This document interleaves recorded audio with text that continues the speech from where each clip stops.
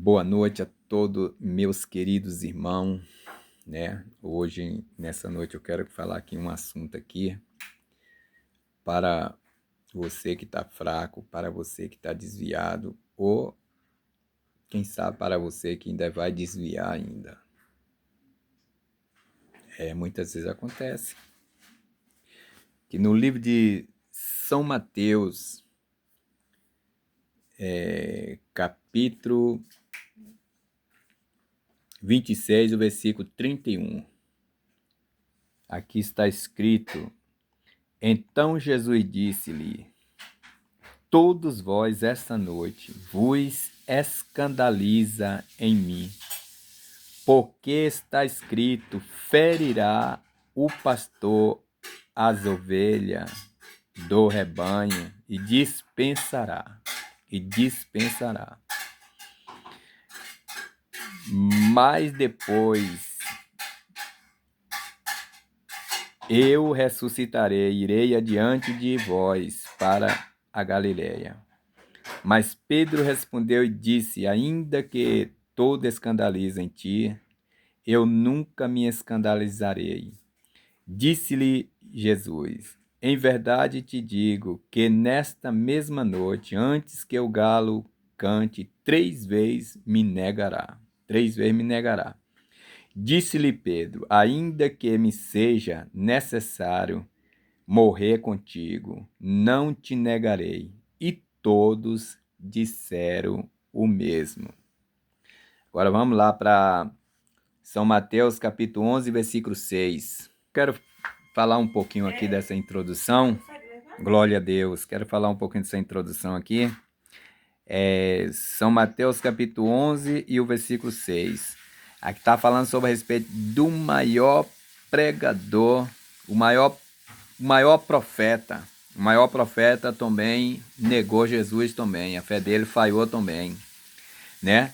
Quando ele foi preso, tudo momento difícil, meu irmão. Muitas vezes o homem nega, mas a misericórdia de Deus o cerca. João Batista mandou perguntar se era Jesus mesmo ou se vinha outro após ele. João Batista pregou. Esse é o homem, esse que eu testifico. Eu vi, tenho testificado. Vi o Espírito de Deus descer sobre ele. Mas depois as provas veio, prova dura para João Batista. E ali João Batista, a sua fé falhou, né? Ele disse: Bem-aventurado aquele que em mim não se escandaliza. Foi uma repreensão que ele deu para João Batista. E aí João Batista morreu de boca fechada.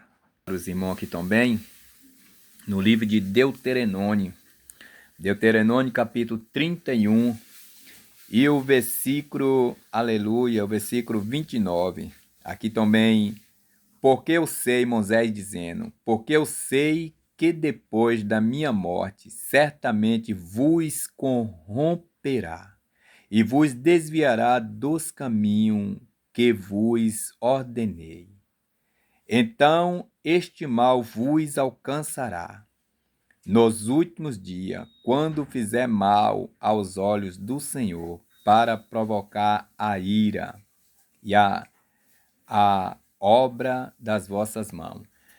Então aqui, meus queridos, eu tenho várias referências na Bíblia, que tem pessoas que muitas vezes, tem algumas pessoas que muitas vezes nunca aconteceu um acidente com ele, de desviar dos caminhos do Senhor, né? Que maravilha, né? Ser como a Daniel, ser como o profeta Elias, glória a Deus, ser como o profeta Josué, Moisés, né? Que não teve nenhuma brecha, né?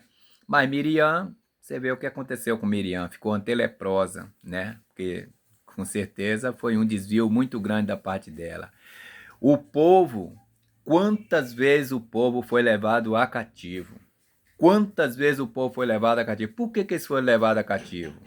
Certamente porque também desobedeceu. E teve uns que não desobedeceu e foi levado a cativo também.